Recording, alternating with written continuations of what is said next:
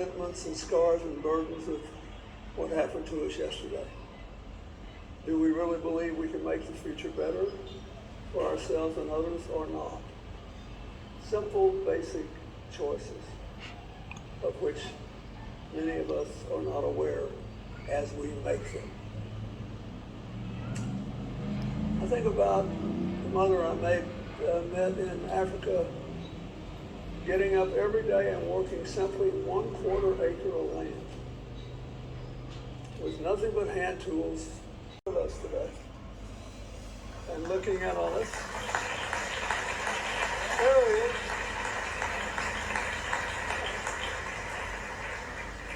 Holy Father, we're so honored to have you join us at CGI this year. You're speaking to a room full of people from all over the world, from all walks of life, who each in their own way are trying to follow the admonition of Isaiah, who told us we had to be repairers of the breach. They know our world is broken in many ways, but also full of many possibilities, and they are trying to make the most of their ability to make a difference. I thought it would be interesting, given our, for me, wonderful meeting a few weeks ago, if you could say what you believe about the obligations of ordinary people to make a difference, to deal with these big challenges that are so big that no person, no matter how wealthy or powerful, no person can believe that he or she could do them alone. What are ordinary people supposed to do with their days that will make our societies better or our problems less severe?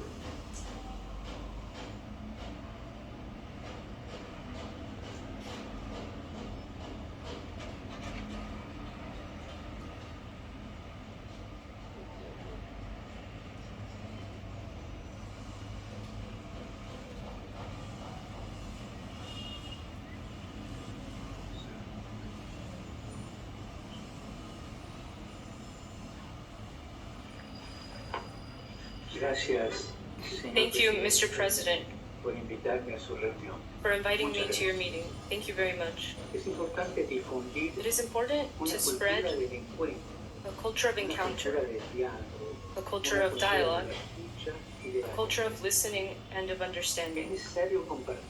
It is necessary to share thoughts on how to contribute to the common good and how not to leave behind the most vulnerable people, such as children, who through the foundation, the patrons of Bambino Gesù, are at the root of this meeting.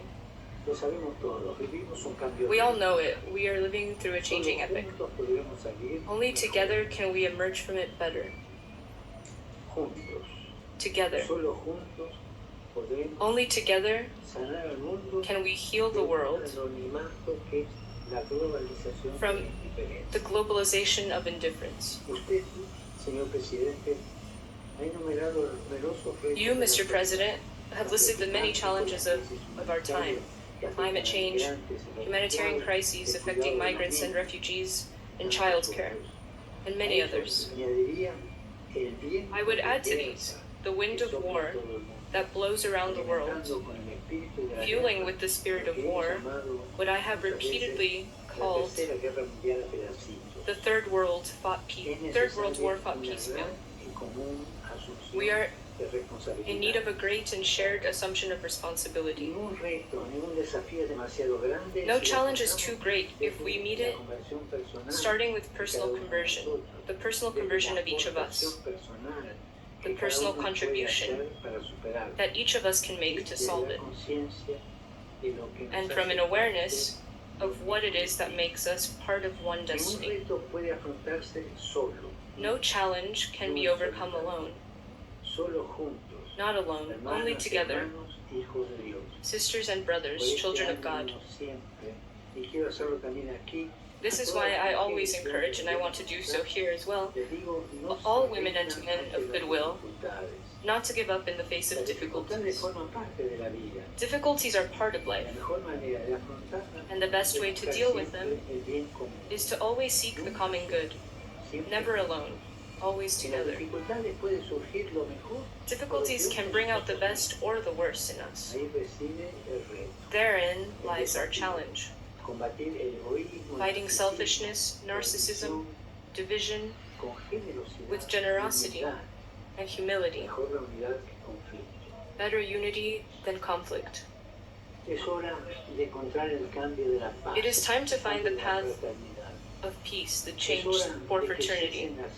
It is time for weapons to cease, and for us to return to dialogue, to diplomacy. Let the designs of conquest and military aggression cease. That is why I repeat, no to war. No to war. It's time to work together to stop the ecological catastrophe before it's too That is the late. Pope talking. No to war. No to war. That's why I have chosen to We write a need new to work document, together. 10 No years to after war. the publication of the encyclical Laudato Si. Let us stop while there is still time. Please. Please let us stop while there is still time. It's time to face migration emergencies, remembering that we are not talking about numbers, but about people. Men, women, and children. When we talk about migration, let's think about the eyes of the children we've seen in refugee camps. It's time to think about the youngest, the children, and of their education and their care. As you know, Mr. President, this meeting of ours stems from a great small project that I care about very much. It is about children and their health. In Italy, in Rome, near the Vatican, there's a very special hospital, the Bambino Gesù Children's Hospital. In the world, it is known as the Pope Hospital, but to me, that's not why it is unique. It is evident that our great little hospital cannot solve the problems of all the children in the world. However, it seeks to be a sign, a testimony that it is possible, through many struggles, to bring together great scientific research geared